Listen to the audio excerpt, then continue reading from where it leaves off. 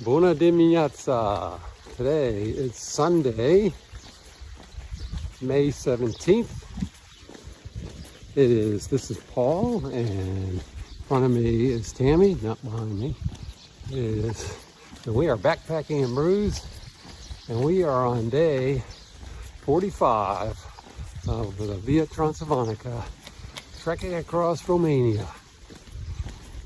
And it is a beautiful, rainy morning, about 50 degrees. And we are in our rain gear, of course, all geared up, rain pants, raincoat, rain cover on our packs. Even I got long johns on underneath my rain pants, so because it's kind of cooler today. And it's mostly a downhill trek. So yesterday, let's recap yesterday. Yesterday, 16-mile day. We departed Samra Zegatusa, Ilupia Tariana. I'm sure I totally screwed that up. And we landed in Marga, M-A-R-G-A. We stayed at the Pensione Alex, which was communicated to us to have really good food. And apparently there are other places to stay here too, but there are no restaurants, no store that we could find, nothing on Google Maps, and nothing at all. So anyway, paid 212 lei for the room last night. We were, as far as we can tell, the only occupants of this place. Beautiful, beautiful pensione. It's like a fortified square that is adjacent to the creek behind it. And they've got a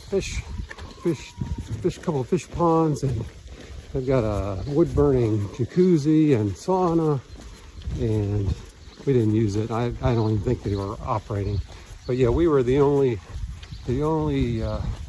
inhabitants, only people there last night, as far as I can tell. So I guess it's early in the season or something. But and that probably led to kind of a little bit of a mix-up. We fully expected to have dinner because there's really nothing else to eat, or no place to eat in this town, and we're on foot. So we got there and they said, "Oh no, there's no dinner, there's no breakfast." We're like, "What?" So we got on to booking.com and started writing to whoever I write to there, messaged the property and said, "Hey, we kind of want to eat, and there's no place else to go, and we can't drive anywhere." So they found the chef, and they prepared us a meal.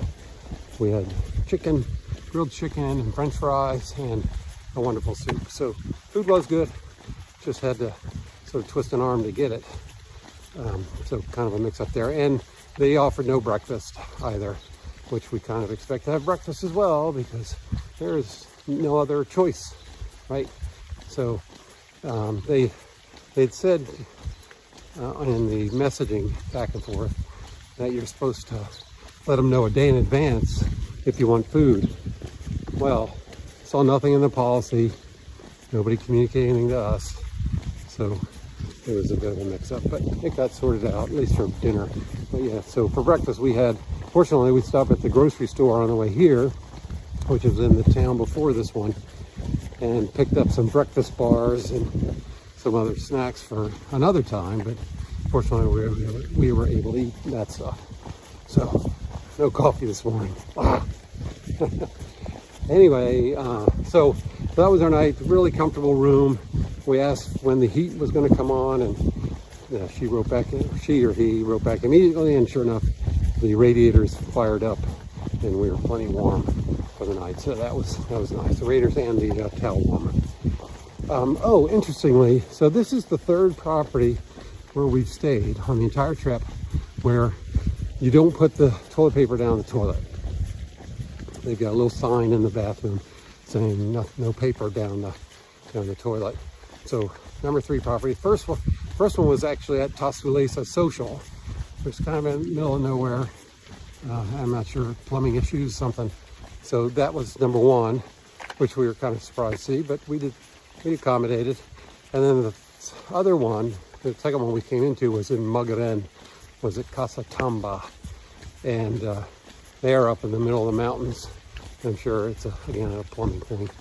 So just forewarned, there are places in Romania that still prefer you not to put toilet paper down the toilet.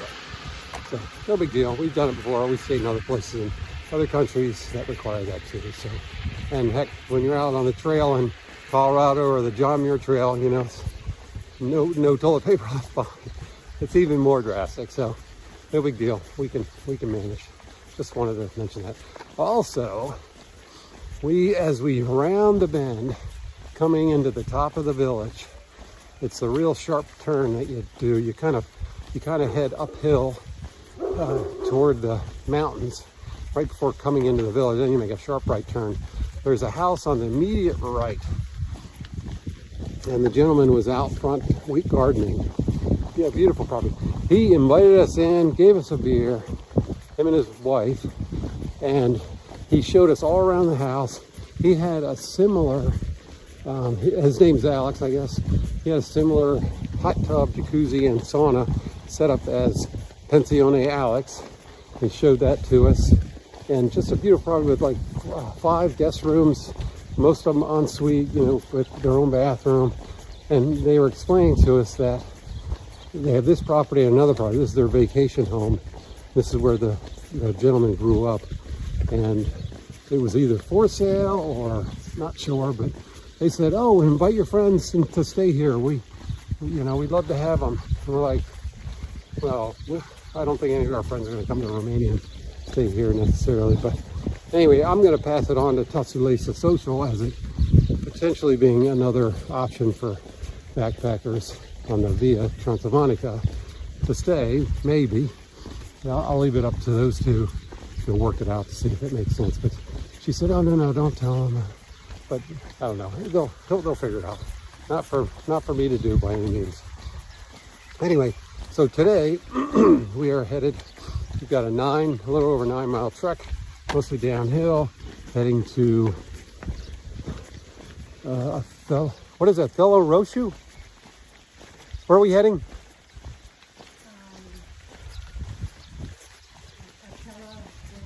Otelu Rosu, which is apparently an industrial town, which we just heard yesterday. But anyway, we've got a room at a Hotel Fiamma, I think it's called. But this town has several restaurants noted in Google Maps, and it's got a Lidl grocery store. So it's a little bit bigger town, and we can hopefully, shouldn't be a problem getting food here. Anyway, that's the day today. It's supposed to rain all day today. So at least we're going downhill, and so far we're not in the mud. Well, we just picked up another companion.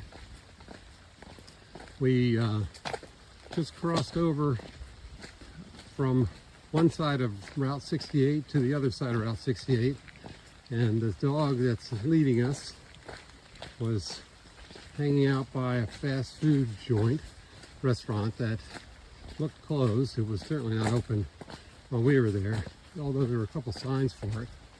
And the dog, so we paused before crossing Route 68, and the dog saw us there, came out from the shop somewhere, and like, quick, let's get across the road before it follows us. And sure enough, it crossed that busy road and decided to lead us on. And we're already about a kilometer away from where it was. Not sure what's going to happen. Is it still behind me? Nope, still there. Cute little puppy. Got a collar on and everything. But nothing we can do. It is seeming to mark the territory as we go along, so maybe that's its way of finding its way home. Okay, so problem solved, we think. So we ended up walking through that little village, and the dog just kind of stuck a little closer to me when I was walking, we were coming upon a shepherd with some sheep and a bunch of free-range dogs, probably 5 or 6. And as we got closer to the flock, the shepherd's dogs chased away back toward the village the little dog that was accompanying us. So we're glad to see that that dog is no longer leading and or following us, and hopefully we'll make its way back. We're kind of hoping, Tammy came up with a good idea. Maybe the dog was stuck out at that cafe and it needed to go back to the village where it really lived. So that's what we think happened, and we'll believe that story.